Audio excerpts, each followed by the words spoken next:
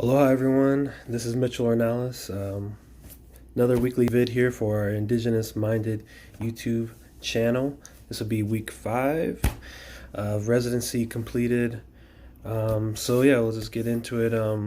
Again, Indigenous Minded, please like, subscribe, keep spreading it. And I'll always include a link to the channel introduction in case you're new or you're sharing it with someone. So yeah, let's talk about my week.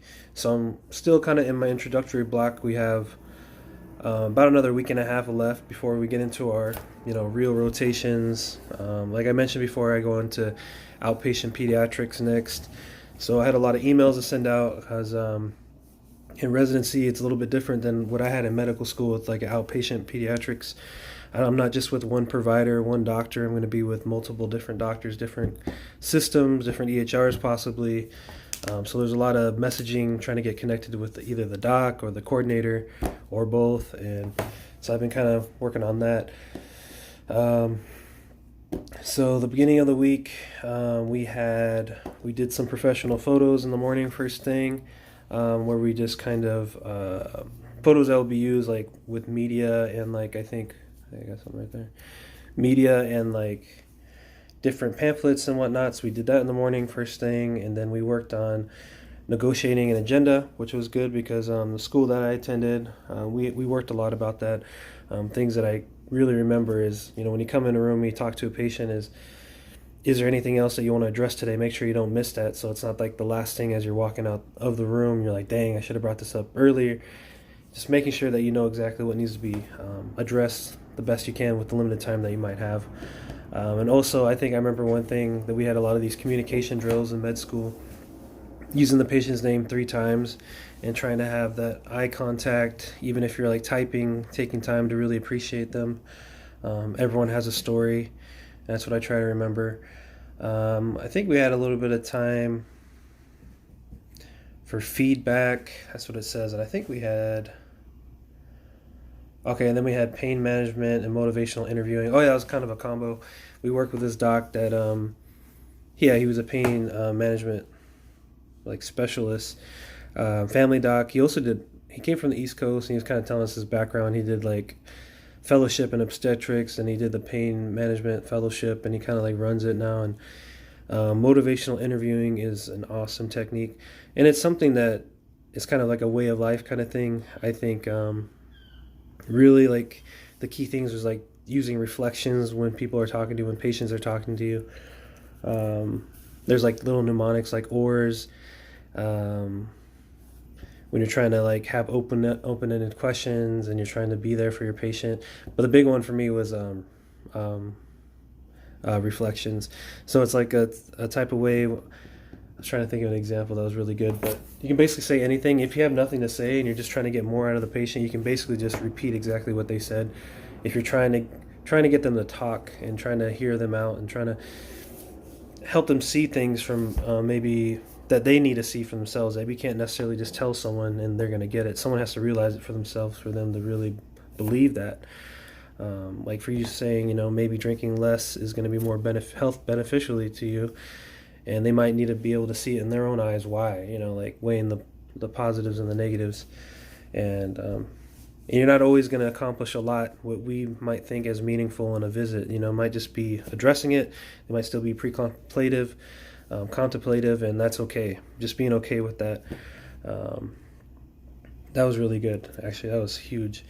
And then the next day, some of us were able to shadow the FMIS, which is Family Medicine in Service. That's like our inpatient rotation. Some people are able to go in there a couple hours in the morning when the day shift usually starts, like at like 6 a.m. Mine isn't scheduled till next week. And that's kind of like the big rotation people think about. For my curriculum, that one and obstetrics are the big ones, like and surgery, but those are the big ones, like inpatient service, which is like mostly adult medicine, but also pediatrics, right, or family medicine, and also obstetrics, because we have a lot of obstetrics here.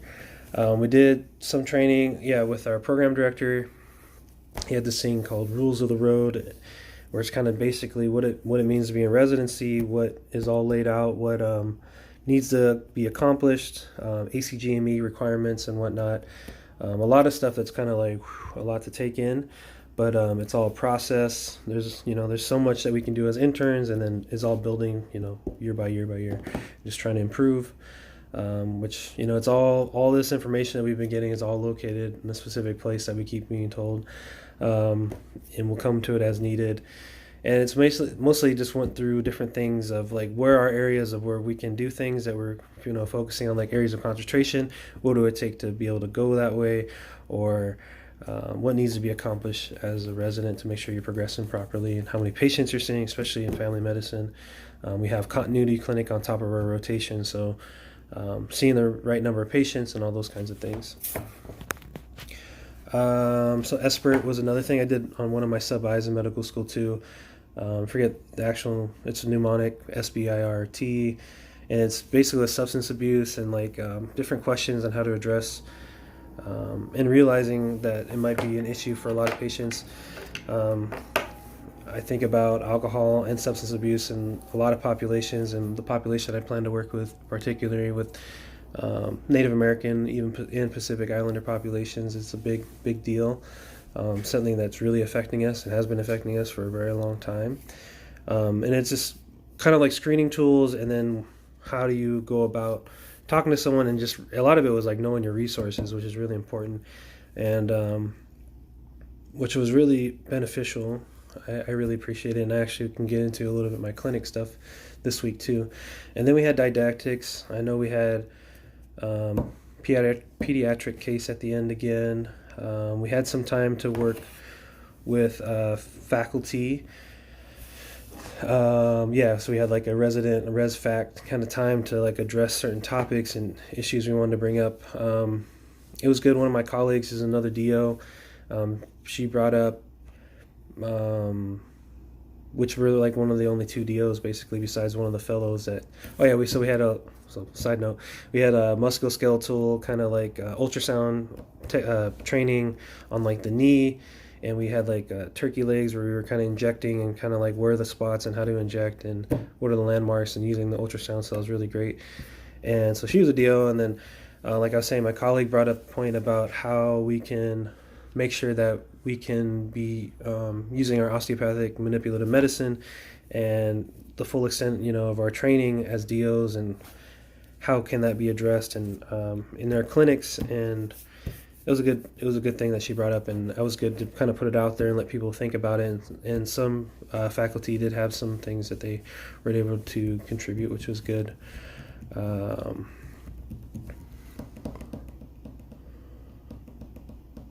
Let's see, what else did we have? So we had the next day, had some more people going to FMIS. We had a really good session where we called it the imperfection option, where we were, we had these pictures of ourselves, and we were able to kind of talk about what it means to have this kind of, a lot of doctors and a lot of people in professional settings kind of have this, can at times have like this type A personality where we want to be perfect, and we look at things in only one way. If we don't do it right, it's wrong kind of thing, and it's not perfect. And we're just kind of addressing that and what it really means to be getting better versus like having that type of mentality is not necessarily always the best. That's the way I seen it. I really appreciated that. It's talking about what it means to be training, I think, and what it means to be a good doctor doesn't necessarily mean you have to be perfect, right? No one's perfect, and understanding that and being okay with that, I think, are big things. We had an faculty intern tea where we were able to meet at one of the docs' house and got to do some more socializing, which was great, over like snacks, and it was actually really good. I got to talk to a few docs I haven't got to really speak to yet. A lot of connections to Hawaii, which was great. Some good stories. So that was good. And then Thursday, there was more FMIS shadowing. I didn't have it, but I had NRP training on Thursday, so neonatal resuscitation protocol. I'm not sure what the P is. But it was a really good morning. We had to pre-work before that, and we had to get up, and it was like a morning half day. You had to help lead a case, so that was great.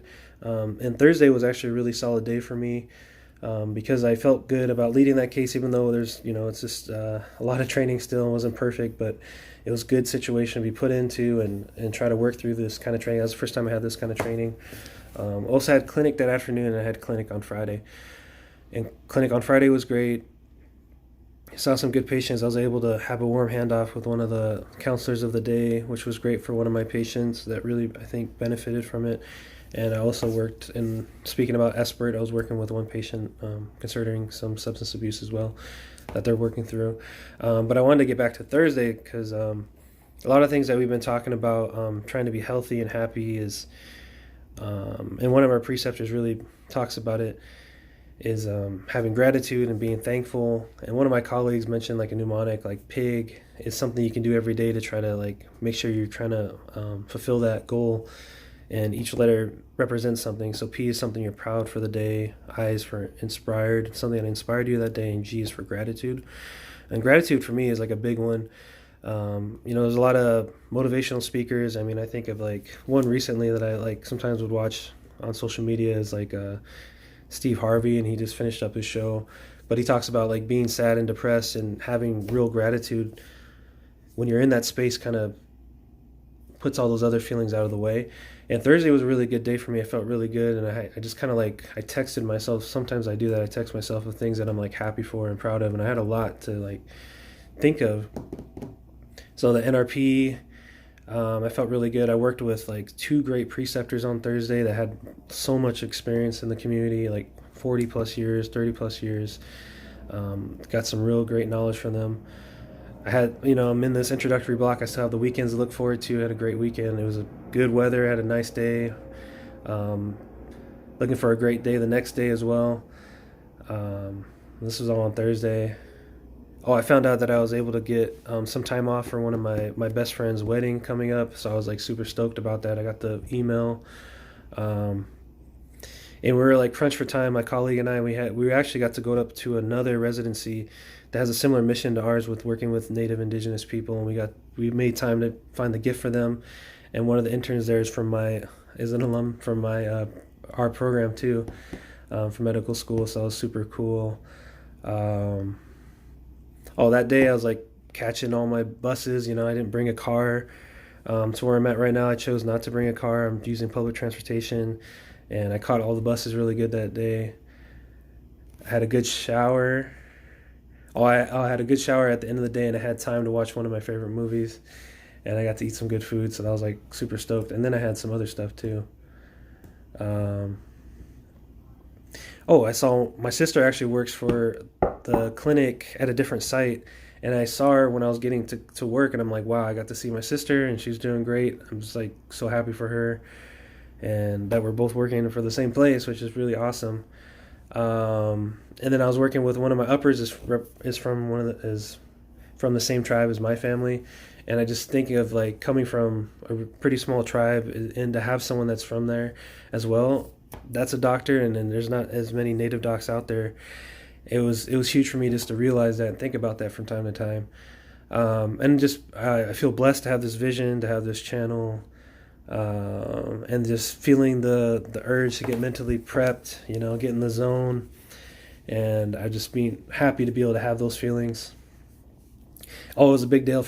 I got most of my stuff in the mail. I didn't get everything. That I've been mailing myself to get like little things for my apartment. I still got to get like my charger. I'm getting like a spare charger.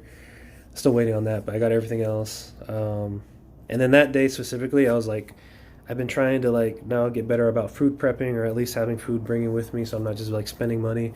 So that day I didn't spend any money. I spent money on the gift, but that doesn't count because I was not spending money on food. So I didn't use any of my like GenPay. That's like one of our money on our card at the cafe, and I didn't like spend any other money. I just packed like vegetables and fruits and stuff that I had from grocery shopping. And then I had a good weekend too. This is my first weekend actually out here in Seattle in my apartment.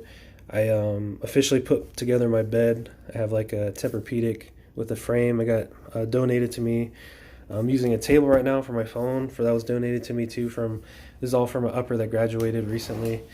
And it was a solid weekend. Did laundry, worked out both days.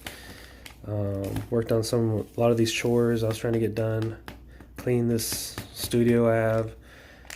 And yeah, I'm just getting ready. Tomorrow we have also training. So we had to make sure we're ready for that. That's like advanced labor. It's like obstetrics training. I always forget all these mnemonics, but it's okay. But yeah, that's pretty much everything. Just want to say thanks everyone for watching, and keep it mission minded, keep it indigenous minded. All right, aloha.